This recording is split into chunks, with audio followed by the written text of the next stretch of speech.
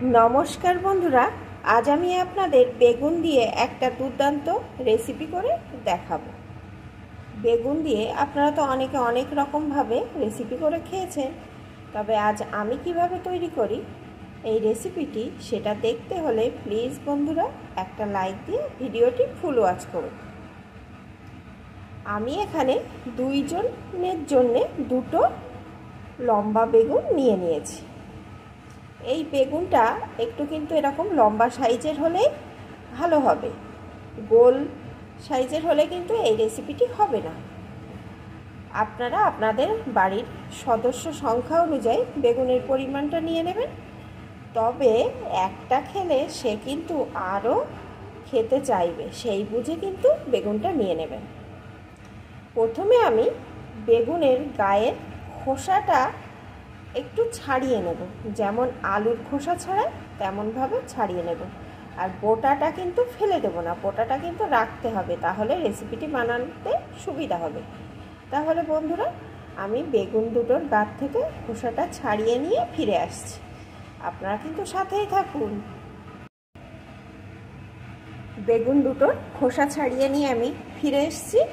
এখন একটা ছুরির সাহায্যে বেগুন দুটোর এইভাবে চিড়ে দেব, এইভাবে চিড়ে আবার এই পাশ দিয়ে এইভাবে যতটা পাতলা করা যায় ততটা চিড়ে দেব।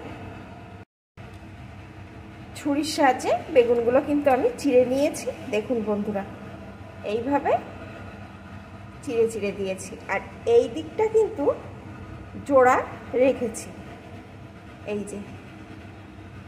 আর এখন ভিতরটা দেখে নেব বেগুনের ভিতরে পোকা আছে কিনা, কারণ অনেক সময় দেখা যায় এই বেগুনের ভিতরে কিন্তু পোকা থেকে যায়, তখন রান্না করে আর খাওয়া যাবে না। তাই বেগুনটাকে ভালো করে দেখে নিচ্ছি পোকা আছে কিনা।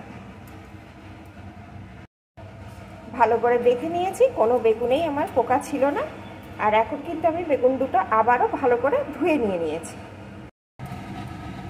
এদিকে গ্যাস ওভেনে একটা কড়া বসিয়ে তাতে আমি একটু জল বসিয়ে দিয়েছি। এখন এই জলের ভিতরে দিয়ে দেবো একটু লবণ।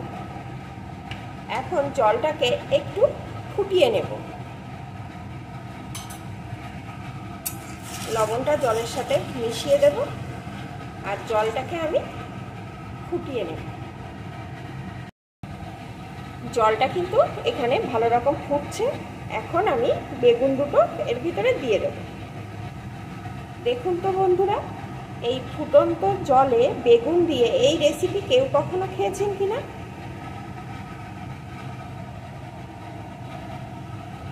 একটু জলের ভিতরে বেগুনটা ঢুকিয়ে দেব।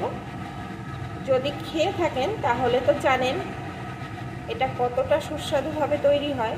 আর যদি না খেয়ে থাকেন, আমার রেসিপিটি দেখে আজই কিন্তু বাড়িতে বানিয়ে নিন, কারণ সকলের বাড়িতে তো বেগুন থাকে। আর আমি যেভাবে বানাচ্ছি বাড়িতে সব উপকরণগুলোই কিন্তু আপনার আছে। এইভাবে চটজলদি বানিয়ে নিন আর খেয়ে দেখুন। এখন এইভাবে বেগুন দুটো আমি 2-3 মিনিট এই ফুটন্ত জলের ভিতরে রেখে দেব। আমি কিন্তু গ্যাসটা অফ করিনি, এইভাবে জলের ভিতরে হতে দেব। আমি 3 মিনিট মতন এই পিঠটা রেখে দিয়েছিলাম। এখন উল্টে ওই পিঠটাও দিয়ে দেব, যাতে ওই পিঠটাও নরম হয়ে যায়।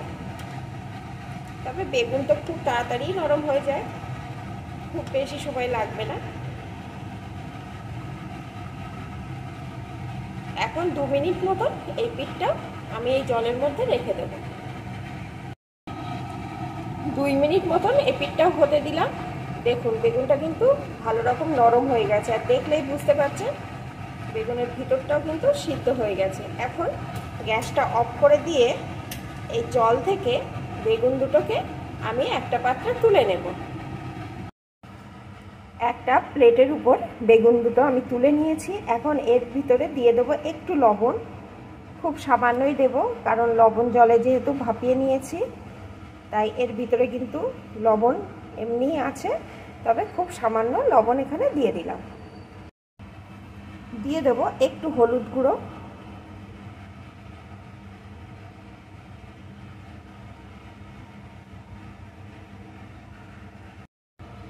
একটু লঙ্কা গুঁড়ো,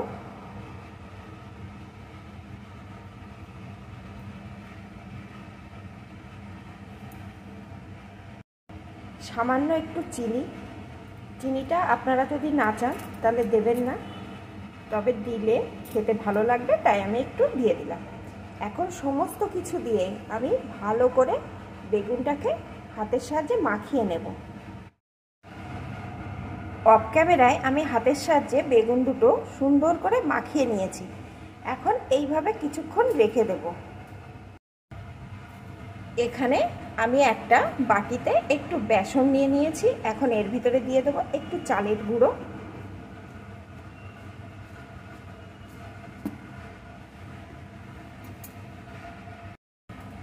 দিয়ে দেবো একটু লঙ্কা গুঁড়ো,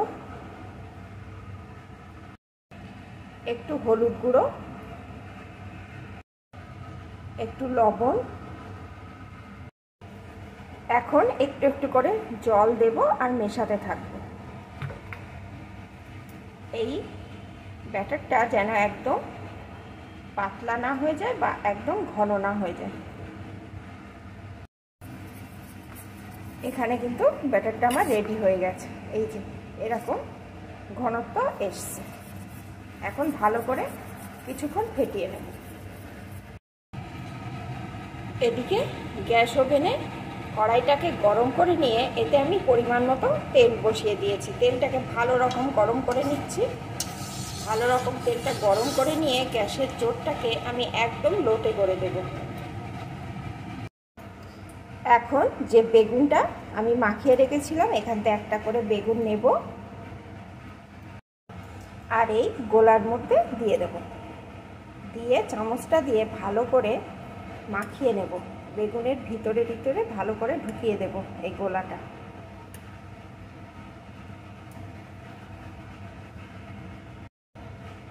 ভালো করে মাখিয়ে নিলাম। এখন বেগুনটাকে তুলে তেলের মধ্যে ছেড়ে দেব।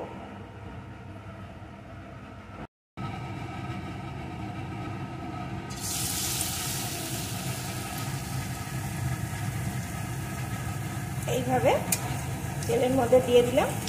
এখন বেগুনটাকে আমি অল্প আছে ভালো করে ভেজে নেব। পাশ দিয়ে আরেকটা বেগুনও দিয়ে দেব।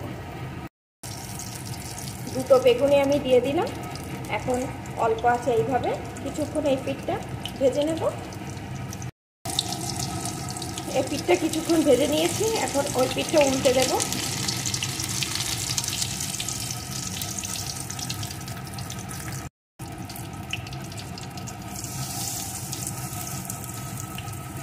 উল্টে দিলাম, এটারও উল্টে দেব। এখন এই পিঠটাও কিছুক্ষণ ভেজে নেব। দুই পিঠই আমি সুন্দর করে ভেজে নিয়েছি।